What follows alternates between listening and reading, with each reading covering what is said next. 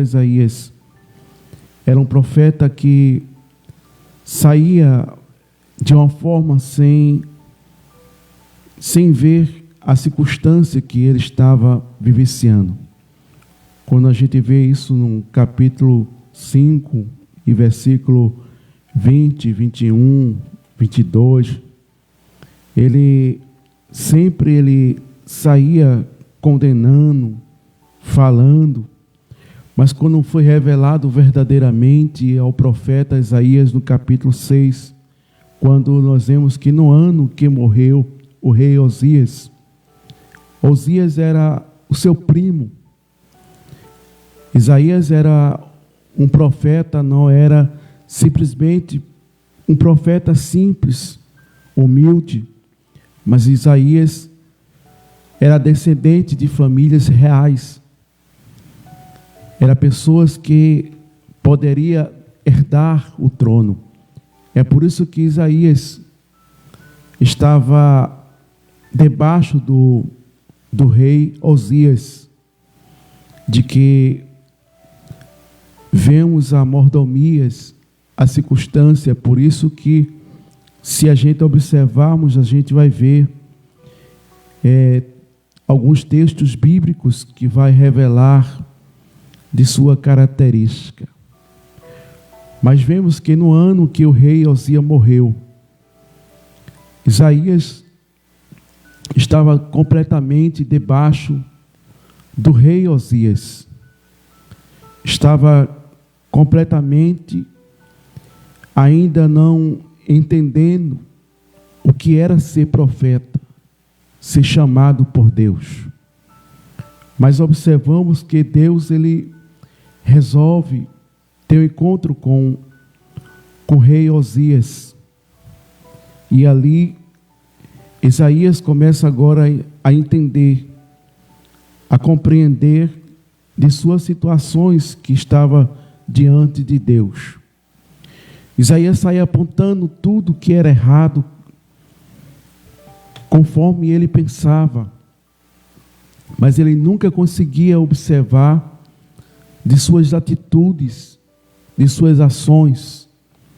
E Deus revelou através de uma situação, quando Deus resolveu matar o rei Osias, pelas mesmas consequências que seu pai cometeu, onde observamos que o pai de Osias desobedeceu a Deus, estava vivendo em uma idolatria, uma totalmente desobediência a Deus, e Deus feriu o seu pai com lepra. E o rei Osias não foi diferente, foi também ferido com lepra, e ele morreu. E observamos que Isaías ficou sozinho, sem nenhuma cobertura do rei Osias.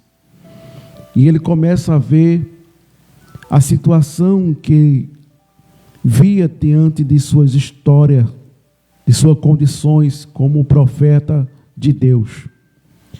Ele não estava adequado aos princípios que Deus queria, mas ele achava que estava na dependência de Deus, mas ele aí estava na dependência dos homens, na dependência do seu primo, o rei Osias. Mas observamos que quando Deus revela a sua identidade, o seu caráter, a sua vida diante de Deus como um profeta, ele começa a enxergar o seu pecado, as suas transgressões, a situação que ele estava diante de Deus. Enquanto ele estava dependente do rei Osias, ele só observava as falhas dos outros, as imperfeições dos outros. Mas quando Deus revela a origem de Isaías, as consequências que Isaías estava, e Deus começa agora a trazer a verdadeira característica de Isaías, Enquanto isso, ele saía apontando, saía dizendo. É como vemos alguns ditados de algumas pessoas que falam, pessoas que muitas vezes só acham que é santo demais, mais santo do que os outros, mas nunca consegue ver de suas imperfeições, dos seus erros, das suas circunstâncias que lhe comete diante de Deus. Ele vê tudo em sua vida pecado, pecado ali, pecado lá, pecado, mas nunca consegue ver que também ele é um pecador. Mas tudo ele começa, é como Paulo descreve em sua carta. Nem todas as coisas são lícitas, mas nem todas as coisas me convêm. Mas o profeta Isaías, quando Deus mostra agora a sua glória, revela agora a Isaías da sua santidade, da sua glória. Isaías vê o serafim, estava por cima dele, e cada um deles tinha 2 asas, com 2 cobria o seu rosto, com 2 os seus pés, e com 2 voava. E observamos que aqueles anjos que voavam no trono do Altíssimo Deus, do majestoso, do soberano, do nosso Santo de Israel, Isaías começa a ver a glória manifestada no trono de Deus, que saía uma fumaça, que significava a presença do Deus Todo-Poderoso que estava ali. E aqueles anjos que voavam, os serafins, que voavam no trono de Deus, para um lado, para o outro. Isaías começa a ver esta visão, e ver do seu caráter, das suas condições como pecador. E ele via que os anjos começavam um com o outro, clamando, dizendo: Santo, Santo é o Senhor dos Exércitos. E toda a terra se encheu da sua glória. Aleluia. Toda a terra foi manifestada a glória do Altíssimo.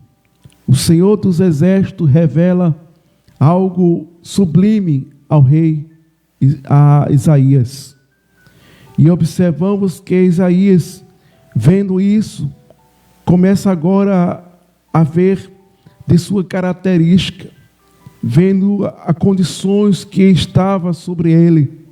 E ele disse: então disse-me: Senhor, de mim, pois eu estou perdido, porque eu sou homens de lábios impuros. Aleluia. E habito no meio de um povo de puros lábios. Que situação do profeta messiânico, o profeta Isaías, que profetizava para lá, profetizava para cá, e saía dizendo os pecados das pessoas, as consequências, as iniquidades, as condições daquelas pessoas. Mas ele nunca poderia enxergar nas suas próprias ações, dos seus próprios pecados. Ele reconhece através da manifestação da presença do Deus Todo-Poderoso, que Ele dá esta oportunidade, este momento tão oportuno, esse momento maravilhoso que nenhum dos profetas tiveram esta oportunidade como o profeta Isaías.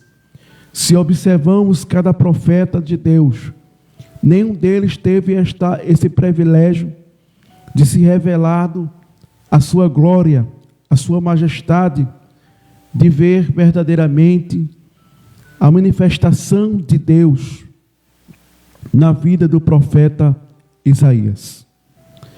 Mas observamos que quando ele declama, quando ele é revelado a condições de pecador, a condições que ele estava diante de Deus.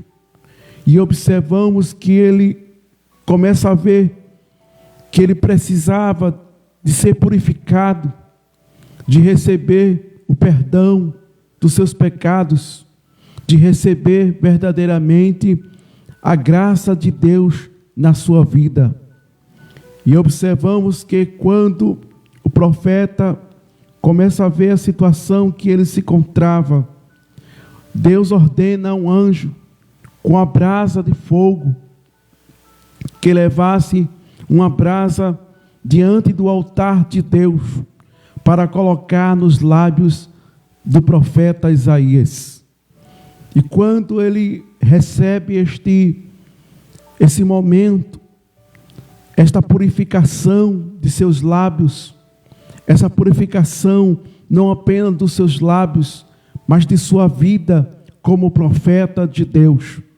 Isaías foi chamado por Deus para levar verdadeiramente a palavra para aquele povo, para aquela nação de Israel. E a gente começamos a vermos e meditarmos cada versículo e capítulo deste livro do profeta Isaías. E a gente vemos através da oportunidade que Deus lhe concede, a responsabilidade que o profeta Isaías tem diante de Deus. E observamos que depois que Deus ele purifica, ele dá verdadeiramente algo da parte de Deus ao profeta. E observamos que Isaías começa a ouvir a Trindade reunida, a Trindade começando a falar um com o outro, e dizendo no capítulo 8, que nos diz assim: e depois de ouvir a voz do Senhor, dizendo: a quem enviarei? A quem arde por nós? Então nós observamos que o profeta, ouvindo isto, a Trindade falando: a quem enviarei e a quem arde por nós? Quem poderia ir? Quem poderia receber desta responsabilidade agora? Nós observamos que a incumbência, a chamada de Deus para o profeta Isaías, para receber desta autoridade, para profetizar para aquele povo, porque aquele povo precisava da orientação de Deus. Todos nós precisamos da orientação de Deus. Ninguém é ausente de seus próprios destinos, dos seus próprios desígnios e dos seus próprios pensamentos. Mas precisamos verdadeiramente da orientação de Deus em nossas vidas. É por isso que a Bíblia Sagrada, ela é recheada, ela é preparada para nossas vidas neste século que estamos vivenciando. Ela é a bússola do crente, ela é o alimento daqueles que estão fracos, ela é a vitamina daqueles que precisam se fortalecer. Quando o crente deixa de ler a Bíblia Sagrada para procurar profeta na casa de João, profeta na casa de B, profeta na casa de I, quando ele deixa de ler as Sagradas Escrituras, ele está perdendo o maior tesouro, que é a palavra de Deus. É Deus falando conosco através das Escrituras Sagradas. A gente não precisa consultar nem um Beltrano, nem Cicrano e nem ninguém para nos orientarmos a não sermos a Sagrada Escritura, aqueles que Deus tem constituído para nos orientarmos através da Bíblia Sagrada. Mas naquela época, aquele povo tem que ser orientado através desses homens que foram santificados, que renunciaram à sua vida, que renunciaram verdadeiramente os seus sonhos, os seus propósitos, os seus desígnios de sua vida, de um sonho como uma pessoa normal. A responsabilidade de ser perseguido, de ser morto, de ser caluniado e até preso, como nós vemos Jeremias. Quantas vezes Jeremias foi preso? Quantas vezes perseguiram Elias para matá-lo, para aniquilar, por causa de uma profecia que Elias profetizou sobre a chuva, e outros que passaram por esta dificuldade, por ser um porta-voz de Deus, para levar a palavra de Deus.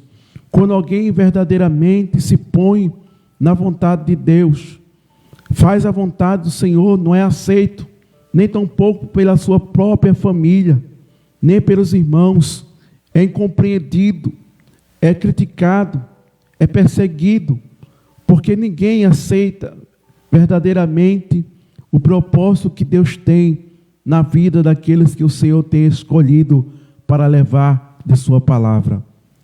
Mas o profeta Isaías, ouvindo esse momento que a Trindade estava reunida, o profeta Isaías, escutando este momento da Trindade, estando convocando o profeta Isaías, e ele começa a entender, ao soar, ao ouvir verdadeiramente da chamada de Deus, há uma responsabilidade para levar verdadeiramente instruções para aquele povo. Então a Trindade diz: a quem enviarei? A quem arde por nós. Então o profeta Isaías atende o chamado e diz: eis-me aqui, envia a mim. É uma obra missionária. Para ser missionário, muitas pessoas têm desejo, têm desígnios, têm vontade de ser um missionário. Mas missionário não é simplesmente conhecer a cultura. Missionário não é simplesmente estar viajando de um país para o outro, ou até aprendendo muitas vezes as linguagens, os costumes, muitas vezes a situação da cultura daquele lugar.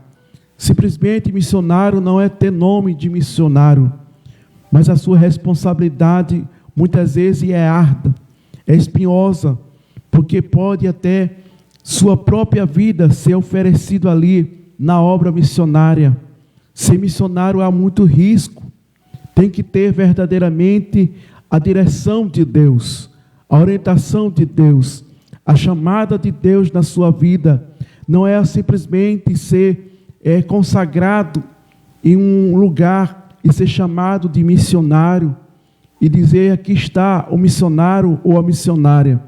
Mas missionário se requer verdadeiramente uma responsabilidade, um compromisso com Deus, porque sabemos que ser missionário, tanto ir para um campo missionário, ele pode voltar ou não pode voltar. Como nós vemos muitos irmãos que foram chamados para a obra missionária. Quantos irmãos que perderam a sua vida, principalmente na Índia, que foram queimados, perseguidos, mortos, e alguns países que não aceitam os cristãos. Quantos pastores agora estão sendo fuzilados, estão sendo agora arrastados de sua casa por revelar de sua identidade como cristão, em país que não aceita cristão, apenas aquelas religiões que estão ali sendo pregadas por a cultura daqueles países, mas não aceita o cristão, o cristianismo. Quando alguém vem falar de Cristo, as pessoas podem até ser mortas por causa desta situação. Também sabemos que tem missionários culturais, que é dos nossos próprios países, que vão muitas vezes para os interiores, que vão muitas vezes para os sertões, onde a sua vida não é fácil, não vai ter lasanhas, não vai ter picanha, não vai ter verdadeiramente o ar-condicionado para estar ali. Muitas vezes são lugares de sertões que vivem em situação difícil, tem que comer aquela comida que tem ali para se comer. Quantos lugares, quantos sertões do nosso Brasil, que muitas vezes pessoas que estão comendo palma, pessoas que estão comendo comidas que muitas vezes para nós não tem valor nenhum, mas para aquelas pessoas é a única sobrevivência de comida que eles têm para comer. Isto é a obra missionária, tanto culturais como também culturais. Mas nós observamos que ali o missionário, o profeta Isaías, sendo enviado, chamado por Deus, preparado pelo Senhor para levar orientação, para levar verdadeiramente a palavra de Deus, os objetivos de Deus. A gente vê alguns versículos que o profeta Isaías profetizando, mas se nós vermos o que o profeta Isaías passou para ele chegar desta responsabilidade, nós vemos isso no capítulo 14 e versículo 24, quando o profeta Isaías começa a profetizar acerca dos inimigos de Israel, que ele perseguia, que queria ver morto. Mas Isaías começa agora ao seu ofício a profetizar, a dizer assim: assim diz o Senhor dos Exércitos, jurando, dizendo: assim como pensei, assim efetuará, como determinei, assim se efetuará. Enquanto determinei a Síria, a minha terra, e das minhas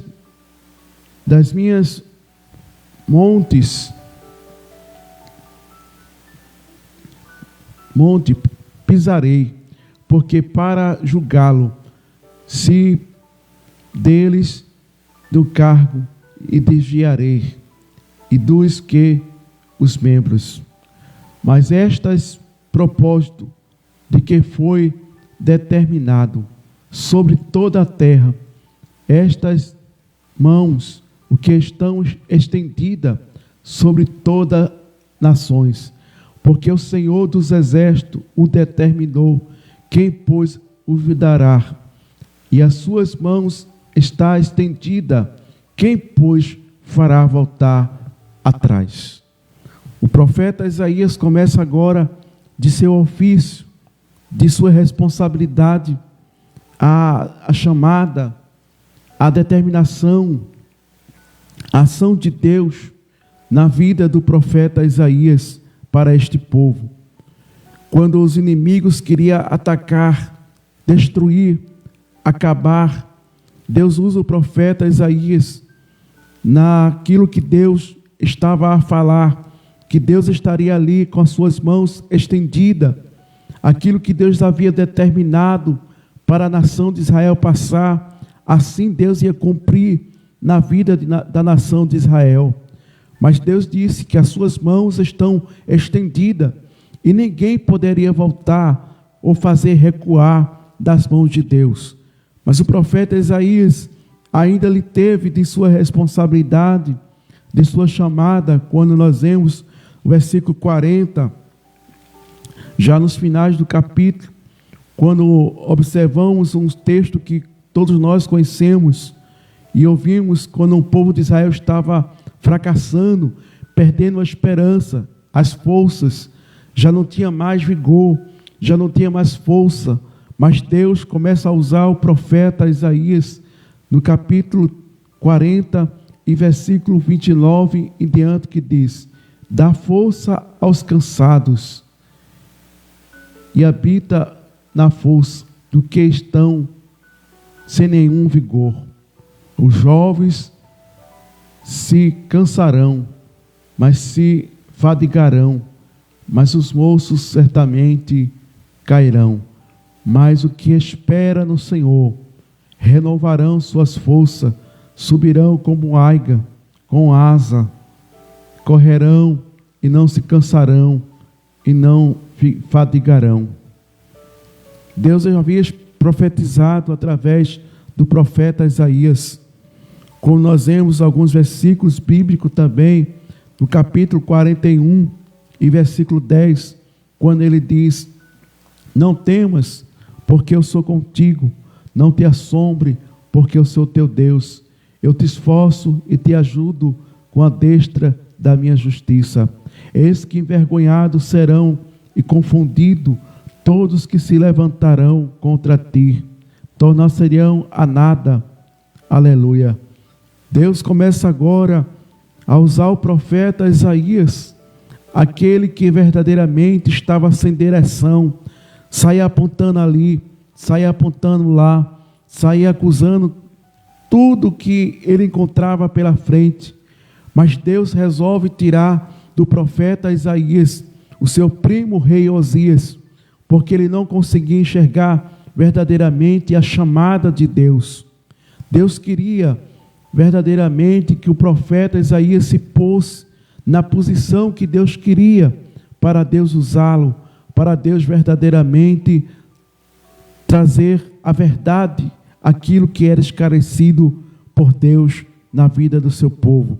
Mas observamos ainda o versículo 43 e o versículo 13, quando o profeta Isaías começa a profetizar mais uma vez, dizendo: ainda antes que houvesse dia, eu sou, e ninguém há que possa escapar da minha mão. Agindo eu, quem impedirá? A responsabilidade, a chamada do profeta Isaías, ainda que alguém não aceitasse, ainda que alguém não acreditasse, mas o profeta Isaías se pôs ao chamado, ao tendido, verdadeiramente naquilo que Deus tinha convocado o profeta Isaías, para trazer a orientação, para orientar aquele povo que verdadeiramente estava sem direção. Mas no capítulo 45 e versículo 22, que diz assim: e olha para mim e serei salvo, todo aquele que teme, todo aquele que tem e teme, porque eu sou o Senhor, eu sou Deus, e não há outro além de mim. Que responsabilidade, que chamada difícil para o profeta se colocar, porque todo profeta, ele não profetizava de si próprio, mas ele profetizava ao tendido, ao mandado do Senhor. Ele nunca dizia: olha, povo, eu sou o profeta, escute a minha voz, mas ele sempre mencionava o nome do Senhor antes de profetizar, antes de falar. Todos os profetas tinham essa responsabilidade para que não houvesse dúvida para aquele povo. Mas nós observamos ainda mais quando o profeta recebe de sua chamada como profeta messiânico. Nós vemos isso no capítulo 43, quando a responsabilidade de revelar o futuro. No capítulo, nós visualizamos isso no livro de Mateus, no capítulo 1 e versículo em diante, quando vai falar da genealogia. Mas o profeta Isaías já adianta, já menciona quem era Jesus no seu futuro. Mas nós observamos isso no capítulo 61, versículo 1, que diz assim: o Espírito do Senhor, Deus, está sobre mim.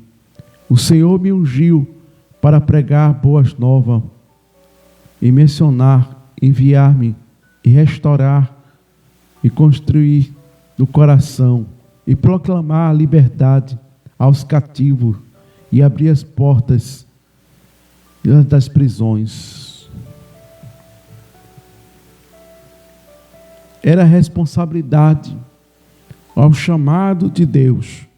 Não é para qualquer um, não é para quem quer, mas é para aquele que Deus quer verdadeiramente desta responsabilidade.